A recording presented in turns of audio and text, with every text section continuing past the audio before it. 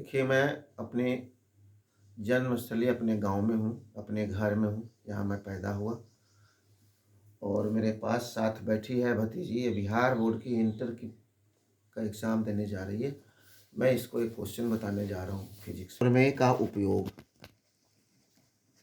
Gauss's प्रमेय अभी बताया, क्या बताया कि किसी बंद आवेश से संबंधित कुल विद्युत फ्लक्स का मान फाई इक्वल्स टू उसके अंदर कुल चार आवेश और बटा डिवाइडेड बाई एप्सिलॉन नॉट के बराबर होता है।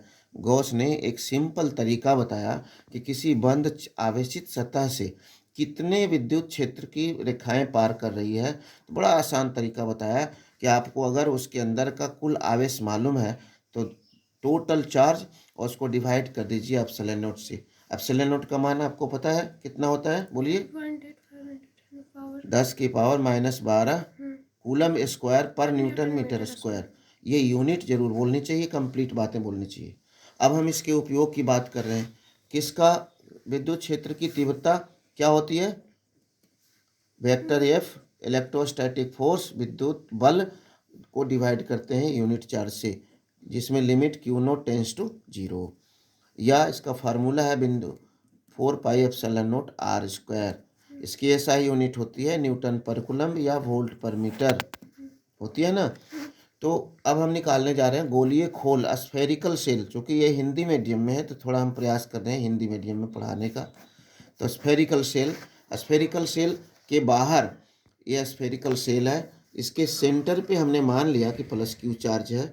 ये चार्ज चूँकि अंदर खाली होने की वजह से, स्किन इफेक्ट की वजह से ये बाहर इसके सतह पे चला आता है। ठीक है, यानी हम मान के चलेंगे कि इसके अंदर का कुल आवेश कितना है, प्लस क्यू है।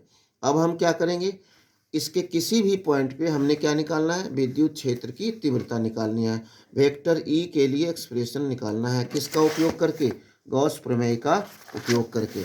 उपयोग करिए, जिसमें तीन बातें आती है। पहला, जब बिंदु हम इसके बाहर लेते हैं, देखिए यहाँ पे एक बिंदु ले लिया P, मान लीजिए यहाँ पे हमको इलेक्ट्रिक फील्ड निकालना है, विद्युत क्षेत्र की तीव्रता निकालने जा रहे हैं हम P पॉइंट पे।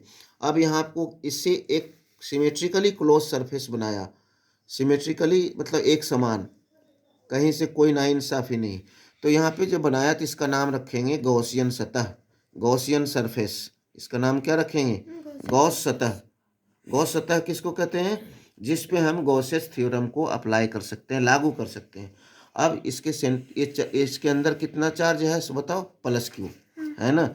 इस छोटे से सतह को, ये इसकी स्फेरिकल गोलीय खोल की त्रिज्या कैपिटल आर है और गॉसियन सरफेस यहाँ से आर पॉइंट पर, स्मॉल आर पॉइंट पे बिंदु पी है जहाँ पे विद्युत क्षेत्र की तीव्रता, चूंकि ये पॉजिटिव चार्ज है और यहाँ पे एकांक आवेश धनात्मक आवेश है, इसलिए विद्युत क्षेत्र की तीव्रता की दिशा किधर होगी?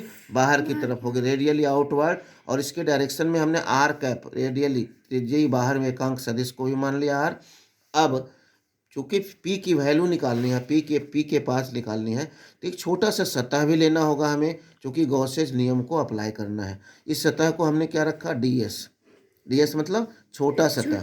अब पूरी इससे लिंक हम क्या करेंगे? डी फाई पहले निकाल लेंगे फ्लक्स। ये फ्लक्स कितना होगा? Vector E dot DS. ठीक है ना। और टोटल फ्लक्स अगर निकालेंगे तो इंटीग्रेट कर देंगे तो ये टोटल फ्लक्स निकल जाएगा। अब ई इंटू ई को बाहर कर लें, mod of D S into cos theta. इसका ई को बाहर कर लें तो ई, और क्या बच गया? आप डी एस। ये कॉस 0 थीटा 0 होगा, कॉस 0 डिग्री 1 हो जाएगा। आप बताओ इसकी एरिया कितनी हो जाएगी? 4 पाई r स्क्वायर। किसकी? गॉसियन सतह की। अब उपयोग करिए गॉस प्रमेय का।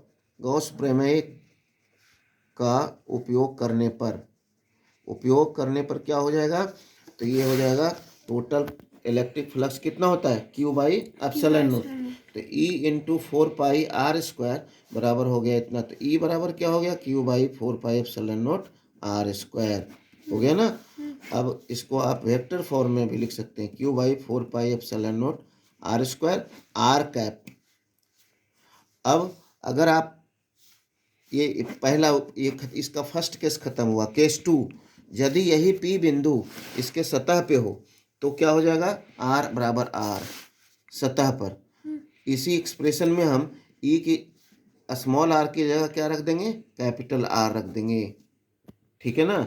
और ये हमारा हो गया क्या, बोलो, विद्युत क्षेत्र की तीव्रता पी बिंदु सतह पर, गोलीय सतह पर। अब Q/4πr² की जगह सिग्मा रख दीजिए।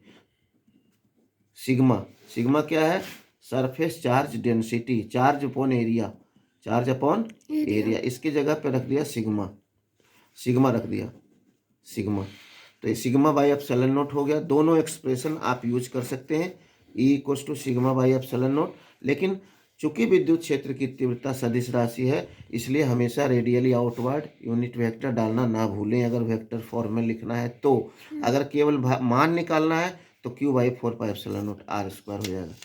लास्ट एप्लीकेशन है तीसरा, ये एप्लीकेशन है कि यदि ये P1 अंदर हो, P बिंदु अंदर हो जाए गोलीय सतह के, तो मैं आपको सीधा सीधा बताऊं कि अगर यहाँ पे आ जाए और तो ये गॉसियन सरफेस बनाया मैंने, इसकी आर ले लीजिए तो सब कुछ निकाल लेंगे, फ्लक्स भी निकाल लेंगे। चलिए निकाल लिया, E × 4πr², फ्लक्स भी हो गया। लेकिन गॉस लॉ कहता है कि इसके अंदर के चार्ज D/ε, तो इसके अंदर चार्ज जीरो है। आप देखें चार्ज जो है प्लस Q, ये बाहरी सतह पे है, इसके अंदर नहीं है, इसलिए Q सिंस क्या है, Q इक्वल्स टू जीरो, इसलिए E × 4πr² इक्वल्स टू क्या हो गया, जीरो, इसलिए E इक्वल्स टू क्या हो गया, जीरो, शून्य।